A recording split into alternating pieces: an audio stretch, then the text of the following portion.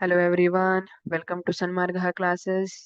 ಬೆಳಕು ಪಾಠದ 40ನೇ ಪ್ರಶ್ನೆ. ಸ್ವಯಂ ಪ್ರಕಾಶಕ ವಸ್ತುಗಳು ಎಂದರೇನು? 2 ಉದಾಹರಣೆಗಳನ್ನು ನೀಡಿ. ಸ್ವಯಂ ಪ್ರಕಾಶಕ, ಸ್ವಯಂ ಅಂದ್ರೆ ತಾನೇ, ತಾನೇ ಪ್ರಕಾಶಕ ಅಂದ್ರೆ ಪ್ರಕಾಶ ಅಂದ್ರೆ ಬೆಳಕನ್ನ ಸೂಚಿಸ್ತದೆ. ಹಾಗಿದ್ರೆ ಸ್ವಯಂ ಪ್ರಕಾಶ ಹೇಳ್ತೀರಾ? ಸೂರ್ಯ, ಬೆಂಕಿ, ಮೇಣದ ಬತ್ತಿ, ಬಲ್ಬ್ ಇದನ್ನೆಲ್ಲ ಸ್ವಯಂ ಪ್ರಕಾಶಕ ವಸ್ತುಗಳು ಅಂತ ಹೇಳ್ತೀವಿ. ನೀವು ಅಲ್ಲ ಸ್ವಯಂ ಪ್ರಕಾಶಕ ವಸ್ತು ಅಲ್ಲ. ಯಾಕೆಂದ್ರೆ ಸ್ವಂತ ಬೆಳಕನ್ನು ಹೊರಸೂಸುವ ವಸ್ತುಗಳನ್ನು ಸ್ವಯಂ ಪ್ರಕಾಶಕ ವಸ್ತುಗಳು ಎನ್ನುವರು.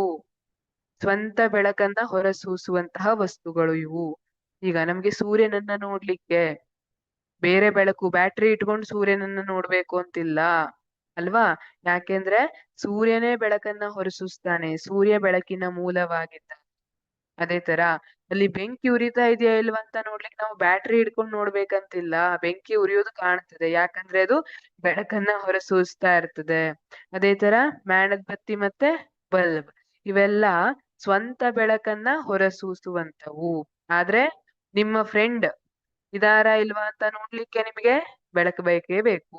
ಅವರು ಸ್ವಂತ ಬೆಳಕನ್ನ ಹೊರಸೂಸ್ತಾ ಇರೋದಿಲ್ಲ ಅಲ್ವಾ? ಸೂರ್ಯನ್ ತರ ಸ್ವಂತ ಬೆಳಕನ್ನ ಹೊರಸೂಸ್ತಾ ಇರ್ತಾರ?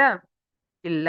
ಅವ್ರ ಮೇಲೆ ಬಲ್ಬಿಂದನೋ ಸೂರ್ಯನಿಂದನೋ ಯಾವುದೋ ಒಂದು ಬೆಳಕಿನ ಮೂಲದಿಂದನೋ ಬೆಳಕು ಬಿದ್ದ ಅದು ನಿಮ್ಮ ಕಣ್ಣಿಗೆ ಪ್ರತಿಫಲಿಸಬೇಕು. ಅದು ಪ್ರತಿಫಲಿಸಿ ನಿಮ್ಮ ಕಣ್ಣಿಗೆ ಬರಬೇಕು.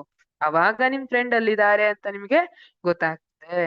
ಹಾಗಾಗಿ ಸ್ವಯಂ ಪ್ರಕಾಶಕ ವಸ್ತುಗಳು ಅಂದ್ರೆ ಸ್ವಂತ ಬೆಳಕನ್ನು ಹೊರಸೂಸುವ ವಸ್ತುಗಳು ಸ್ವಯಂ ಪ್ರಕಾಶಕ ವಸ್ತುಗಳು. ಉದಾಹರಣೆ ಬರೆದ್ರ 4 ಉದಾಹರಣೆ.